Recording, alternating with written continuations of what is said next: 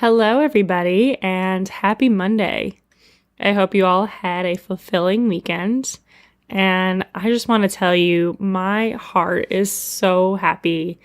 We had a support call on Saturday and on Tuesday with all of the people who just took the Conquer Your Goals e-course. And it was so inspiring and touching for me to hear how powerful people could experience these movement explorations, even across the world at a distance.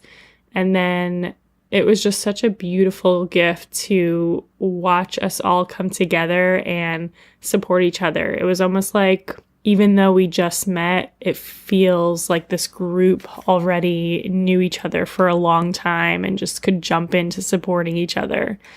So I just want to share how special that is, and I feel really, really happy about it. And I want to share that with anyone else who's interested.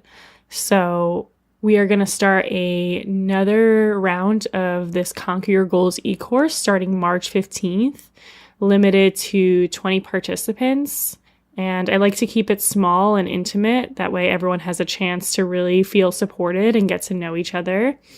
And right now I'm doing a giveaway. I'm giving away 2 free spots to this e-course. And all you have to do is sign up for my newsletter. And you can find that link in the podcast description. So when you click on the podcast, find that link and sign up. You'll be automatically entered as long as you sign up by March 1st. After that, it's going to cost $97 to join, so why not try for free? So in other news, I recently took a poll on my Facebook page about what you'd like to hear next, and it was pretty even. The 2 options were to hear more about living life as a therapist or a healer, and the other option was to hear more about specific approaches to mind-body healing and dance movement therapy. 42% voted for life as a therapist and 57% voted for specific approaches. So I'm going to just do a mix of both of those options. But today I'm going to start with talking about specific approaches.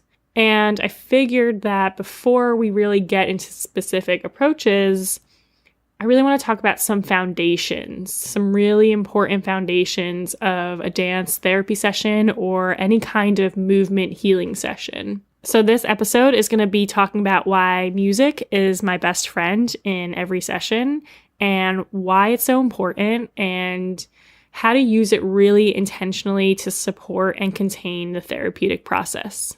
I just want to give 2 disclaimers before I dive in. This episode is geared more towards therapists and healers and anyone who wants to become one.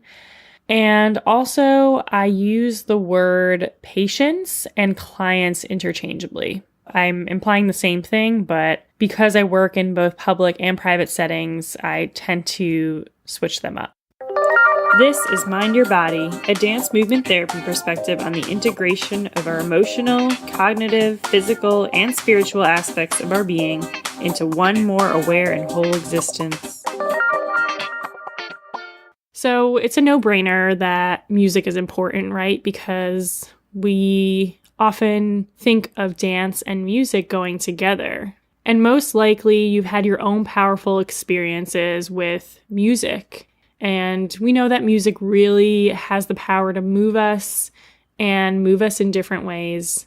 But as a therapist, as a healer, as a session leader, whatever position you're in, and also as a person who's just trying to find healing within movement, music, the choice of music is really, really important.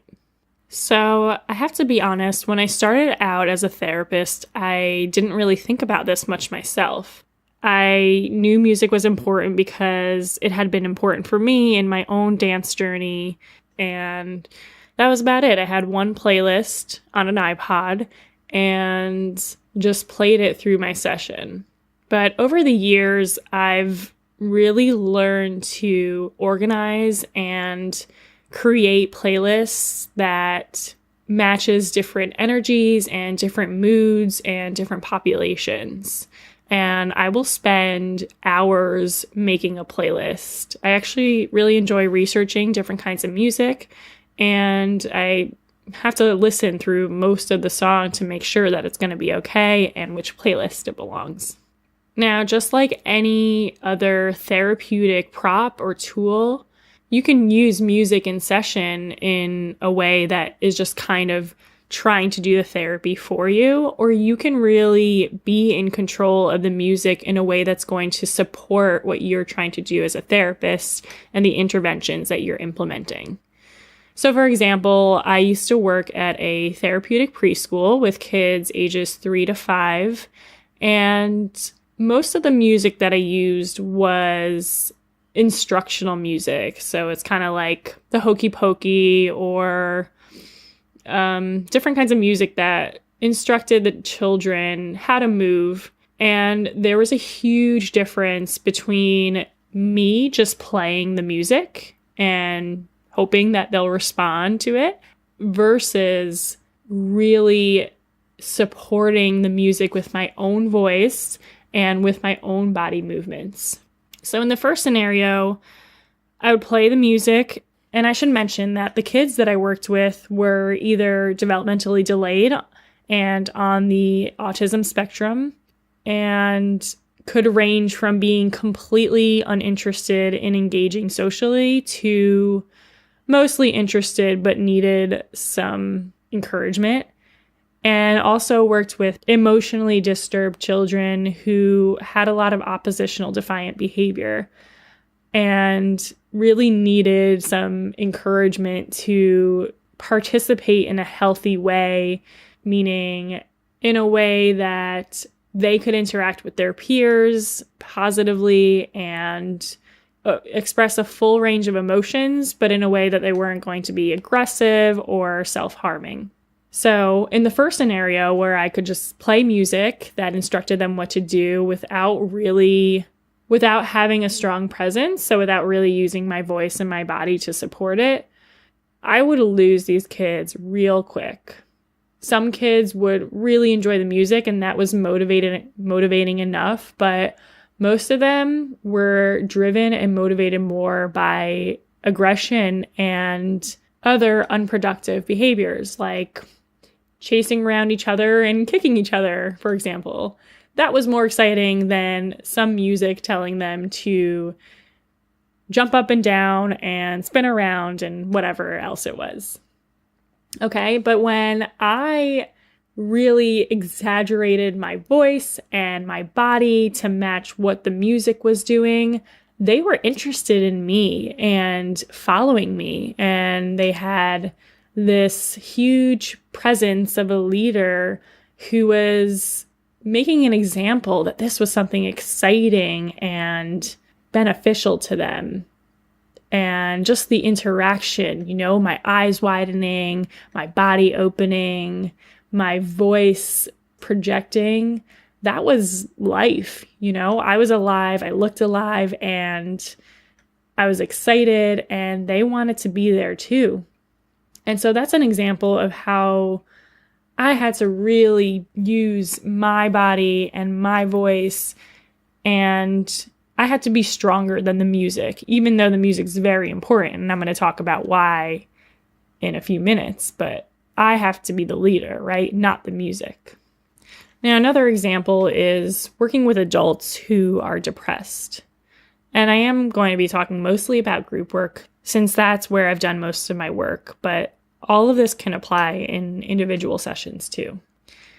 So a group of adults who are struggling with depression is very different than hyperactive, energetic kids. Usually the adults are withdrawn, and many of them report to be stuck in their own head, worrying about the past, thinking about the future. In the case where I work, thinking about discharge from the hospital or just kind of generally worrying about their safety. They're in a room with a group of strangers, with mostly strangers, and they have to make sure that they're safe. So there's a lot of internal anxiety going on. And so when I bring music, I cannot let that music do the therapy for me, because I can play music and there's a chance that there's a song that really connects with somebody and just brings them out of this withdrawn state. But I'm not always going to be lucky like that. And if I am, it's not going to happen on a huge scale. So there are different ways that I can support moving to the music for adults. If it's low key, I can just have them move and warm up their bodies and breathing in and out and being really instructional with what we're doing. If it's more energetic, upbeat music, I am always almost going to support the beat with my clapping or stomping or some kind of containing rhythm that I can really emphasize what the structure of the music is. And I'm going to talk about the structure of the music and why that's important in a minute. So the point of all this is to say, don't let the music lead your session for you, but rather let it support you as if you have a really supportive staff member or someone else who is really supporting your process, but you are the leader, not the music. Okay, so now I'm going to talk about why I have all these different playlists and what they entail. And then I'm going to talk about the importance of the different types of music. So I have a slow warm-up playlist, and that's mostly slow music with not necessarily a strong beat, but just kind of slow-paced and calming music. These songs have words, and they're songs that people probably have heard of once or twice. Some of them are only instrumental, but they just have a really powerful sound and kind of a motivating sound. It's hard to describe that over a podcast, but if you want a copy of my playlist, I can think of how to put that together and provide that for you. So I mainly use this playlist when I'm walking into a session where the clients are seeming really low energy, really withdrawn, and there's just not that much excitement going on or interaction between the group members. And so I'm trying to meet them where they're at here, and I'm essentially matching my music to their mood.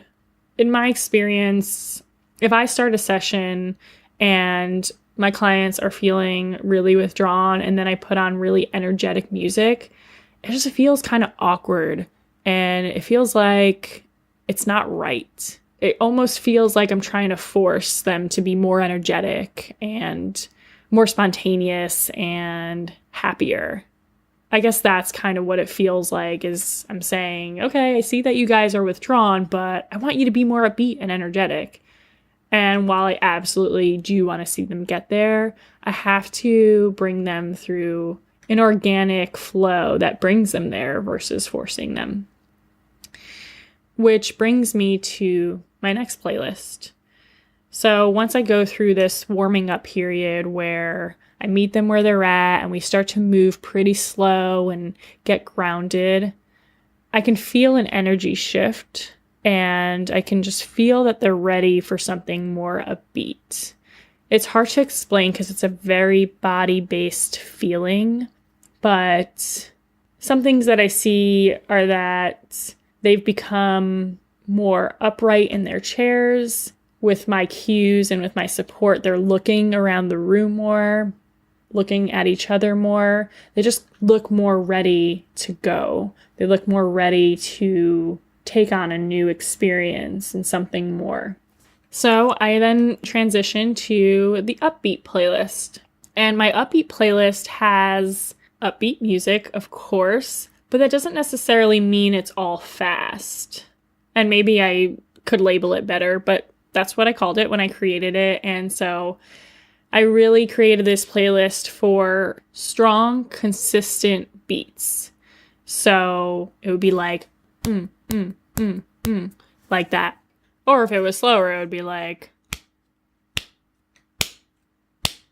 no matter what the speed, there's a consistency and there's a predictability and a strength within that music.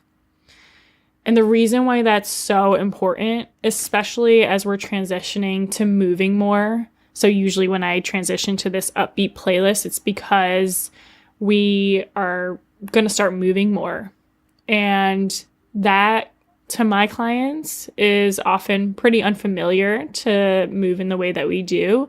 And so I need to make sure that I can contain the process as much as possible. And this predictable beat helps me do that because it keeps the movement expression organized. And there's kind of a limit on how there's a certain window for speed and intensity. So we kind of know how slow is the slowest we can go and how fast is the fastest we can go with this music, right? Because you can move to music regular speed, or you can move half speed, or you can move double speed. So there's 3 possibilities there. Most likely it's not going to be any slower or faster than that. But I'm allowing the patients to really know, like, this is the fastest it's going to get, or this is the slowest it's going to get. This is the most intense it's going to get, and this is the least intense it could get. It's not going to get more out of hand than this, in a way. So it's predictable, but it's also giving them that experience that things are under control. And if there are any patients in your group who are moving in ways that are kind of going out of these boundaries, well, then as a leader, you have to redirect in a way that's showing them and helping them stay within the boundaries. And the reason that I clap or I stomp is because I really want to reinforce these boundaries. I really want to reinforce the beat and the organization and the predictability of it. Because again, the music doesn't always do that for me, even though I purposely and very carefully pick out songs with strong beats. It can still be hard to really impact my clients the way that I intended to. So I really have to support that process. And I don't always do that. Actually, sometimes I have clients in the room who automatically want to clap or snap or stomp to the beat. And I got this idea from somebody last year, a patient who asked to be the beat keeper. And she didn't really want to move, but she was really motivated to just keep the beat. And I can imagine how organizing this experience must have been for her, as we were on the unit with patients who were struggling with mania and psychotic symptoms. So if I see anybody in my session drawn to doing that, I'll ask them if they want to take over that role. And so you don't necessarily have to do it as the therapist, but I think it's really important that it's there in some way, that this reinforcement of the beat is there. So the other playlist that I use the most all around, all across populations, is my cool down playlist. It's similar to my slow warm-up playlist. The music is low key and there's not as much emphasis on the beats. But I like to say it's my cheesy playlist because I have songs on there like Gravity by John Mayer, Better Together by John Jackson, Better Together by Jack Johnson, I Won't Give Up by Jason Mraz. I have this super cheesy song that, shout out to Christina Devereaux, she suggested to me, but I absolutely love it. It has taken my sessions to places that I could not imagine.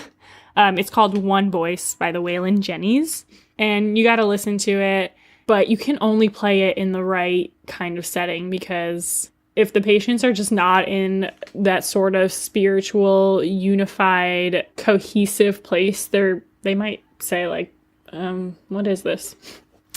But if you play it in the right place where you have a session and everyone is super connected and really in tune with each other, and then you play this song called One Voice, they're like, wow, it feels like a transformational journey.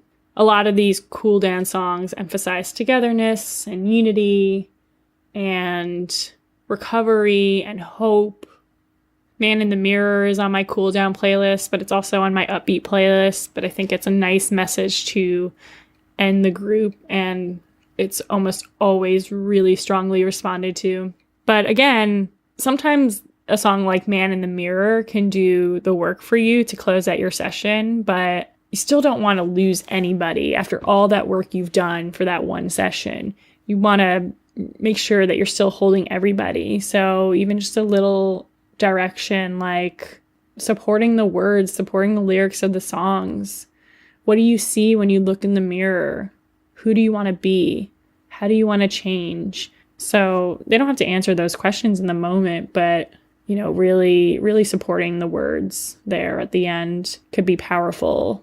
Or if words aren't appropriate at the moment, it could just be some kind of movement. Place your hands somewhere in your body that feels meaningful to you right now for the rest of the song. So yeah, that's pretty much how I use music across all populations. I do have playlists that are more catered to different populations. Like I have a playlist just for adolescents because, they're tough, if they don't like the music, a lot of times they're not going to be motivated to move and to participate. There are times where I think it's also powerful not to use music, but with the adolescents, I don't know if I've ever experienced that. And they are very, very motivated by music, and it kind of enlivens them. It's one of those things that they can rely on in their lives, outside the therapy, that really helps them. Most people, not every single person loves music, but most of the time I have to make sure that I have a playlist for the adolescents that they're going to respond to and that they're going to be inspired by. And I don't take requests. You might be able to relate to this, but people see my iPod and it's a very old iPhone that I use now as an iPod. So they automatically think that I can connect to the internet and look on YouTube. And I have a few different responses for when people request songs. And I say, I don't take requests.